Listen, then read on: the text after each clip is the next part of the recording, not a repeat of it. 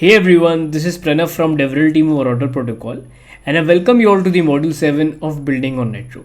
In this very module, we'll be building this execute button. Whenever a user clicks on this button, the transaction will actually get executed. So let us get started. So let us create a button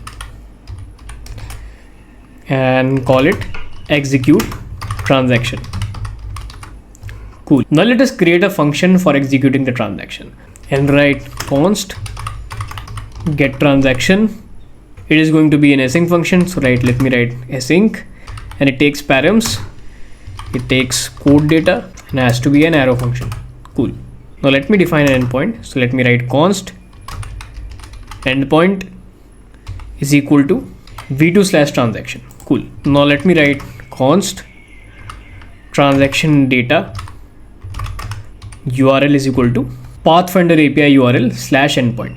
So endpoint you can see we have defined over here, and Pathfinder API URL we have already defined when we were creating the function for getting the code, as you can see over here. Cool.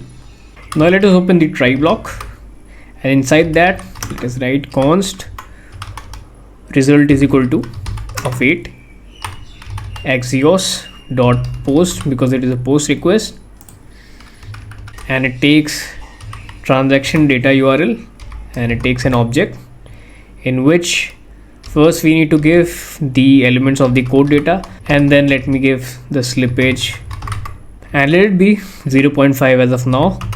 Then it takes sender address, which is going to be the account, and then the receiver address, which is going to be the account again. Cool. After this, let us return res.data. Now let me write the catch block, and in case if there is some error, let me console.log the error. Cool. Now function is ready. We just have to give the on click onto the button, so that whenever user clicks on that button, this function gets executed.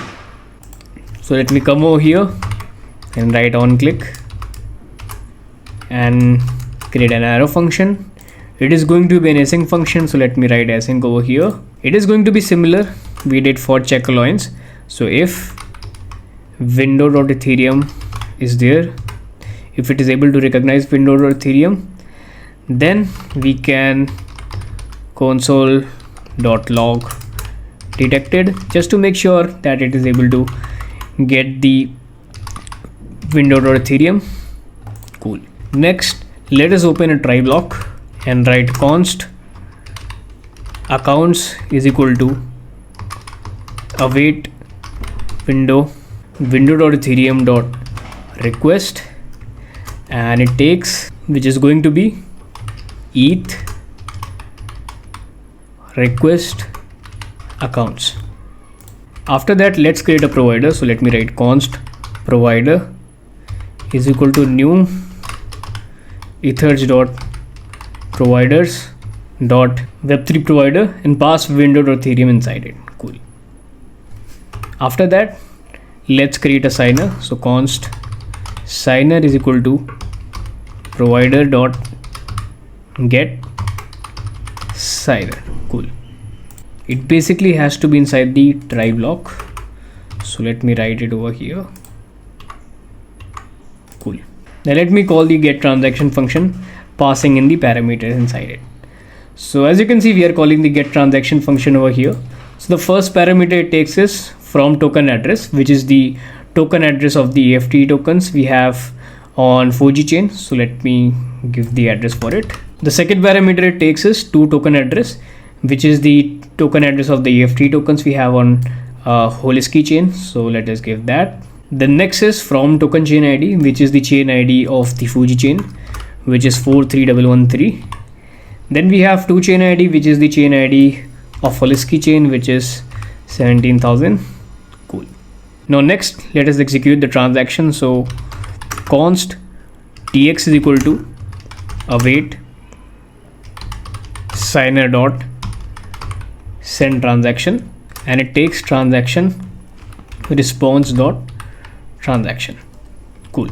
Then let us create a try block inside the try block, and we have to wait till the transaction gets executed. So wait tx dot wait. Then once the transaction gets executed, let us console.log transaction mined successfully, and here is the transaction hash. Also, let's create an alert. Now let's create the catch block in which we are doing console.log if in case there is any error. Now let's create the catch block for the upward try statement.